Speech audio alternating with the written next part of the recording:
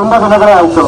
ಆದರೆ ಎಲ್ಲೂ ಕೂಡ ಬರೀ ತಮ್ಮ ಮೇಲ್ನೋಟಕ್ಕೆ ಮಾತ್ರ ಅವ್ರಿಗೆ ನ್ಯಾಯ ಬೇಕು ನ್ಯಾಯ ಕೇಳ್ತಾರೆ ಬಿಟ್ಟರೆ ಈ ಥರ ಹೋರಾಟಗಳು ನಡೀಲಿಲ್ಲ ಅಂತಕ್ಕಂಥ ಭೇದದಲ್ಲಿ ನಾವು ದಲಿತ ಪರ ಸಂಘಟನೆಗಳು ಲೀಡರ್ಗಳೆಲ್ಲರೂ ಕೂಡ ಒಟ್ಟಾಗಿಬಿಟ್ಟು ಮೊನ್ನೆ ದಿನ ಒಂದು ಸಭೆಯನ್ನು ಆಯೋಜನ ಪ್ರತಿಭಟನೆ ಆಯೋಜನ ಜೊತೆಯಲ್ಲಿ ಪ್ರಗತಿಪರರು ಕೂಡ ನಾವು ಕೆಲಸಿಸ್ಕೊಳ್ಳೋಣ ಅಂತೇಳಿ ನಮ್ಮ ಆನಂದ್ ಅವರು ವಾಸಪ್ಪ ಅವರು ನಾವು ಕೂಡಂತೆ ಒಂದು ಸಭೆಯನ್ನು ಮಾಡಿದ್ವಿ. ಸಭೆಯಲ್ಲಿ ಈ ನಿರ್ಧಾರ ತೆಗೆದುಕೊಂಡು ಇವತ್ತು ನೀವೆಲ್ಲರೂ ಕೂಡ ಒಂದು ಕೊಪ್ಪದ ಹೆಣ್ಣು ಮಕ್ಕಳ ಉಳಿವಿಗಾಗಿ ನೀವೆಲ್ಲರೂ ಕೂಡ ಬಂದಿದ್ದೀರಿ ಅಂತ ಹೇಳಿ ನಾನು ಅನ್ಕೊಳ್ತೀನಿ. ಹೆಣ್ಣು ಮಕ್ಕಳ ಉಳಿವಿಗೋಸ್ಕರ ಬಂದಿದ್ದೀರಿ. ಯಾಕಂದ್ರೆ ಈ ಸಾವು ಅನುಮಾನಾಸ್ಪದ ಸಾವು ಅಂತ ಪ್ರತಿಯೊಬ್ಬರ ಬಾಯಲ್ಲಿ ಕೂಡ ಬರ್ತಿರೋದು ಸಹಜ. ಯಾಕಂದ್ರೆ ನಾನು ಈಗ 2 ನಿಮಿಷ ಮಾತಾಡ್ಬೇಕಂದ್ರೆ ನನ್ನ 3 ಕ್ವಶನ್ಗಳನ್ನು ನಾನು ಆ ಸಮಿತಿಯವ್ರಿಗೆ ಹಾಕಲಿಕ್ಕೆ ಅವಕಾಶ ಕೇಳ್ಕೊಡ್ತೇನೆ. ಸಮಿತಿ ಅವರು ಸತ್ತಿರೋದು ಎಷ್ಟು ಗಂಟೆಗೆ ಅನ್ನೋದು ಇಲ್ಲಿಯವರು ಕೂಡ ಯಾವುದೇ ಅಧಿಕಾರಿಗಳು ಹೇಳಿಲ್ಲ, ಯಾರಿಗೂ ಕೂಡ ಹೇಳಿಲ್ಲ ಎಷ್ಟೊತ್ತಿ ಸತ್ತಿದ್ದಾಳೆ ಅಂತ ಹೇಳಿ. ಆನಂತರ ಸತ್ತಿದ ನಂತರ ಇವ್ರು ಏನ್ ಮಾಡ್ಬೇಕಿತ್ತು, ಪೊಲೀಸರು ತಿಳಿಸ್ಬೇಕಿತ್ತು. ಪೊಲೀಸರು ತಿಳಿಸಿದ ಮೇಲೆ ಆ ಸಾವು ಖಚಿತ ಅನ್ನೋದು ತೀರ್ಮಾನ ಮಾಡಬೇಕಾಗಿದ್ದು ಇಲ್ಲಿನ ವೈದ್ಯಾಧಿಕಾರಿಗಳು. ಇವ್ರು ಹೇಗೆ ಅದನ್ನ ಡಿಸೈಡ್ ಮಾಡಿದ್ರು, ಸರಿ ತಾವು ಸತ್ತಿದ್ದಾಳೆ ಅಂತ ಹೇಳಿ ಇವ್ರು ಡಿಸೈಡ್ ಮಾಡ್ಲಿಕ್ಕೆ ಇವ್ರು ಯಾರು, ಹಾಸ್ಟೆಲಿನ ಸಿಬ್ಬಂದಿಗಳು ಯಾರು ಡಿಸೈಡ್ ಮಾಡ್ಲಿಕ್ಕೆ. ತದನಂತರ ತನ್ನ ಪೇರೆಂಟ್ಸ್ಗಳಿಗೆ ಹೇಳ್ಬೇಕಿತ್ತು. ಇದೆಲ್ಲರೂ ಕೂಡ ಅವರು ಉಂಚ್ಕೊಂಡಿದ್ದಾರೆ. ಆದ್ರೆ ನೋಡಿ ಅಲ್ಲಿಯ ವಾತಾವರಣ ಹೇಗಿದೆ ಅಂದ್ರೆ ಗೇಟ್ ಒಳಗೆ ಹೋಗ್ಲಿಕ್ಕೆ ಇವ್ರು ಯಾರಿಗೂ ಅವಕಾಶ ಇಲ್ಲ. ಸಾರ್ವಜನಿಕರಿಗೆ ಗೇಟ್ ಒಳಗೆ ಹೋಗ್ಲಿಕ್ಕೆ, ಪ್ರೇಯರ್ಸಿ ಕೂಡ ಗೇಟ್ ಒಳಗೆ ಹೋಗ್ಲಿಕ್ಕೆ ಅವಕಾಶ ಇಲ್ಲ.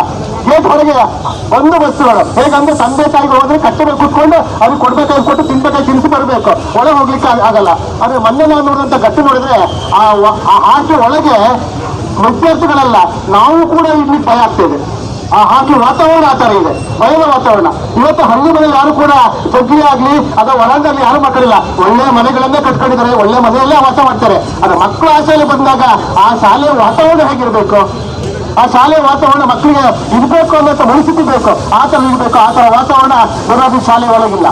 ಜೊತೆಯಲ್ಲಿ ಇವ್ರು ಯಾಕೆ ಗೇಟ್ನಲ್ಲಿ ಬಂದೋಬಸ್ತು ಮಾಡ್ತಾರೆ ಅಂದ್ರೆ ಆ ಶಾಲೆಗೆ ಬರ್ತಕ್ಕಂತಹ ಪ್ರತಿನಿತ್ಯದ ವಸ್ತುಗಳು ಎಷ್ಟು ಮಟ್ಟಿಗೆ ಬರ್ತಾ ಉಂಟು, ಅದು ಎಷ್ಟು ಮಟ್ಟಿಗೆ ಬಳಕೆ ಆಗ್ತದೆ ಅಂತಕ್ಕಂಥದ್ದು ಅಟ್ಲೀಸ್ಟ್ ಸಾರ್ವಜನಿಕರು ಬೇಡ, ಆ ಪೇರೆಂಟ್ಸ್ಗಳು ಗೊತ್ತಿರಬೇಕು. ಆದ್ರೆ ಇದು ಕೂಡ ಯಾರ ಪೇರೆಂಟ್ಸ್ ಗಮನಕ್ಕೂ ಕೂಡ ಇಲ್ಲ. ಜೊತೆಯಲ್ಲಿ ನಾವು ಒಂದು ವಾಚ್ ಮಾಡಿದ್ವಿ ಏನಂದ್ರೆ ಒಂದು ಶಿಕ್ಷಕರ ಕೊಠಡಿ, ಆ ಶಿಕ್ಷಕರ ಕೊಠಡಿ ಇವತ್ತು ಗೌರ್ಮೆಂಟ್ ಶಾಲೆ ಶಿಕ್ಷಕರ ಕೊಠಡಿ ನೋಡಿದ್ರೆ ಆ ಟೇಬಲ್ ಕ್ಲೀನಾಗಿ ನೀಟಾಗಿ ಜೋಡಿಸಿರ್ತಾರೆ, ಅದ್ರ ಮೇಲೆ ಒಂದು ಒಳ್ಳೆ ಕ್ಲಾಸ್ ಹಾಕಿರ್ತಾರೆ, ಒಂದಷ್ಟು ಬುಕ್ಸ್ಗಳಿರ್ತದೆ ಗೋಡೆಗಳಲ್ಲಿ. ಆ ಶಾಲೆಯ ವಿದ್ಯಾರ್ಥಿಗಳು ಆ ಸ್ಟಾಫ್ ರೂಮ್ಗಳಿಗೆ ಬಂದಾಗ ಅವ್ರಿಗೆ ಏನೋ ಒಂಥರ ಒಂದು ಶಾಲೆಯ ವಾತಾವರಣ ಅಂತಕ್ಕಂಥ ಬರಬೇಕು. ಅದು ಈಗಲೂ ಕೂಡ ನೋಡಿ ಆ ಶಿಕ್ಷಕರ ಕೊಠಡಿ ನಾವು ಮತ್ತೆ ಮನೆಗಟ್ಟಲ್ಲಿ ಕ್ಲೀನ್ ಆಗಿದೆ. ಆ ಚೇರುಗಳೆಲ್ಲ ಬಿದ್ದಿದೆ, ಟೇಬಲ್ಗಳೆಲ್ಲ ಬಿದ್ದಿದೆ, ಶಿಕ್ಷಕರ ಕೊಠಡಿ ಅಂತಕ್ಕಂಥದ್ದಿಲ್ಲ.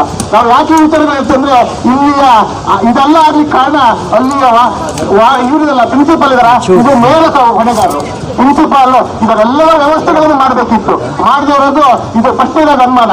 ಈ ತರಹದ ವಾತಾವರಣಗಳು ಇರೋದ್ರಿಂದ ಆ ಮಕ್ಕಳ ಮನಸ್ಸಲ್ಲಿ ಯಾವುದೇ ತರ ಒಂದು ಯೋಚನೆಗಳು ಬರುತ್ತೆ. ಅದು ಒಂದು ಕಾರಣ ಇದ್ದು ಕೂಡ ಇವರು ಮಾಡಿಲ್ಲ ಅನ್ನೋಕ್ಕೆ ಯಾಕೆ ಒಂದು ಕಾರಣ ಏನು, ನಾವು ಅನುಮಾನಾಸ್ಪದ ಸಾವು ನಾವು ಏನು ಸಾಧ್ಯಗಳ ಅದಕ್ಕೆ ನಾವು ಏನು ನೇರವಾಗಿ ನಾವು ಆ ಅಧಿಕಾರಿ ವೃಂದಗಳ ಮೇಲೆ ಯಾಕೆ ಹೇಳ್ತೀವಿ ಅಂದ್ರೆ ಏನು ಪ್ರಿನ್ಸಿಪಾಲ್ ಒಂದು ಟ್ರಾನ್ಸ್ಫರ್ ಆಗಿ ಲಾಸ್ಟ್ ಅಮೂಲ್ಯ ಹತ್ಯೆಯಲ್ಲಿ ಏನು ಅವರು ಟ್ರಾನ್ಸ್ಫರ್ ಹೋಗಿದ್ದಾರೆ ಅದೇ ಪ್ರಿನ್ಸಿಪಾಲ್ ಮತ್ತೆ ಅದೇ ವಾರ್ಡಲ್ಲಿ ವಾಪಸ್ ಈ ಶಾಲೆ ಬರೋಕ್ಕೆ ಕಾರಣ ಏನು. ಹಾಗಾಗಿ ನಾವು ಹೇಳ್ತಿದೀವಿ ಪ್ರಿನ್ಸಿಪಾಲ್ ಅನ್ನ ಕಸ್ಟಡಿ ತಗೊಳ್ಬೇಕು, ಈಗವಾಗಿ ಅವನ್ನ ಕಸ್ಟಡಿ ತಗೊಂಡು ತನಿಖೆ ಮಾಡ್ಬೇಕಾದ್ರೆ ಪ್ರಿನ್ಸಿಪಾಲ್ ಬಂದಾಗಿ ಮತ್ತೆ ಎಲ್ಲಾ ಸಿಬ್ಬಂದಿ ವರ್ಗದವ್ರನ್ನ ಈ ಜಿಲ್ಲೆಯಿಂದ, ಈ ಕ್ಷೇತ್ರ ಅಲ್ಲ ಈ ಜಿಲ್ಲೆಯಿಂದ ಗಡಿಪಾರನ್ನು ಮಾಡಿಬಿಟ್ಟು ಅವರಿಗೆ ಮತ್ತು ಅಮೂಲ್ಯದ ಸಾವಿಗೆ ನ್ಯಾಯ ಕೊಡ್ಬೇಕಂತೇಳಿ ನಮ್ಮಲ್ಲಿ ಆ ನ್ಯಾಯಕ್ಕಾಗಿ ನಾವು ಹೊರಡ್ತಿದ್ದೀವಿ. ಇದಕ್ಕೆ ನಾವೆಲ್ಲರೂ ಕೂಡ ಇವತ್ತು ಆ ನ್ಯಾಯ ಸಿಕ್ಕಿದ್ರು ಕೂಡ ಈ ಹೋರಾಟ ಇಲ್ಲಿಗೆ ನಿಲ್ಲಲ್ಲ, ಇನ್ನೂ ಕೂಡ ನಿಲ್ಲುತ್ತೆ. ಈ ನಮ್ಮ ಜೊತೆಗೆ ನೀವೆಲ್ಲರೂ ಕೂಡ ಸಾಕಷ್ಟು ಅಂತ ಹೇಳ್ತಾ ನನ್ನ ಮಾತು ಹೊರ ಮಾಡ್ತೀವಿ.